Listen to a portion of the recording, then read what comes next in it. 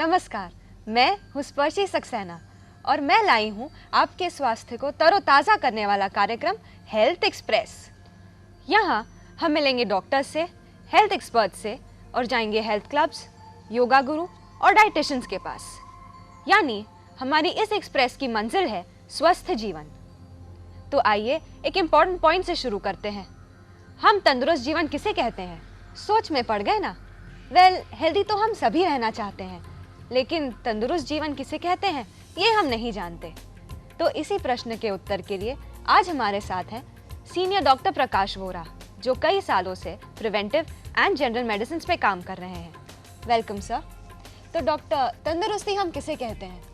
कोई भी इंसान अपनी हेल्थ के बारे में उसकी प्रतिक्रिया बहुत करेक्ट होती है, सही होती है। हेल्थ अच्छी हो या बुरी हो, वो उसको सब पता होता है और इसी हिसाब से वो डॉक्टर के पास जाता है।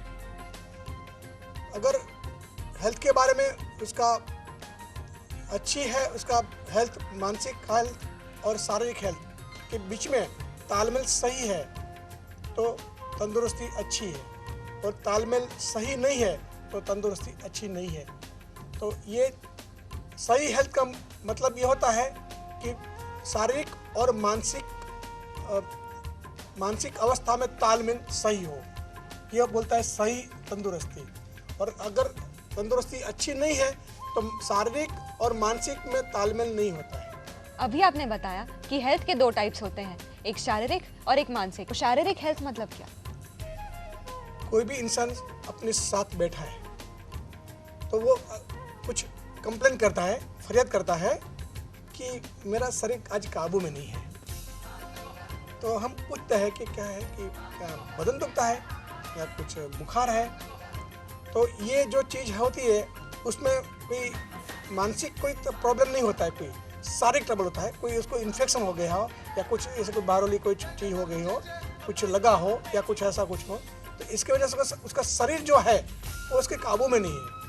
शरीर वो मानसिक उसका ठीक है, लेकिन शरीर उसको जवाब नहीं दे रहा है। तब वो बोलता है मुझे ठीक नहीं है, मैं काम नहीं कर सकता हूँ, कि मुझे आराम चाहिए।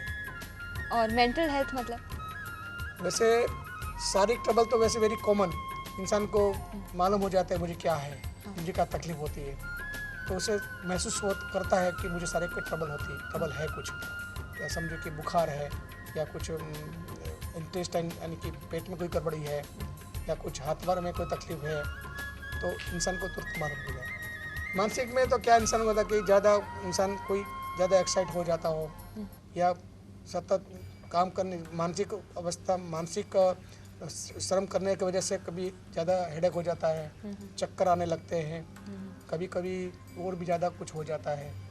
तो ये सब मानसिक तकलीफ है सब। शारीरिक और मेंटल हेल्थ में कोई रिलेशन क्या हम एस्टैब्लिश कर सकते हैं? हाँ, शारीरिक तंदुरुस्ती सही है, इसका मतलब ये हुआ कि इंसान की शारीरिक अवस्था और मानसिक अवस्था में तालमेल सही है। और अगर तालमेल सही नहीं है तो वही बीमार है। हो सकता है उसको मेंटल बीमारी हो, मानसिक बीमारी हो या कोई शारीरिक तकलीफ हो उसको।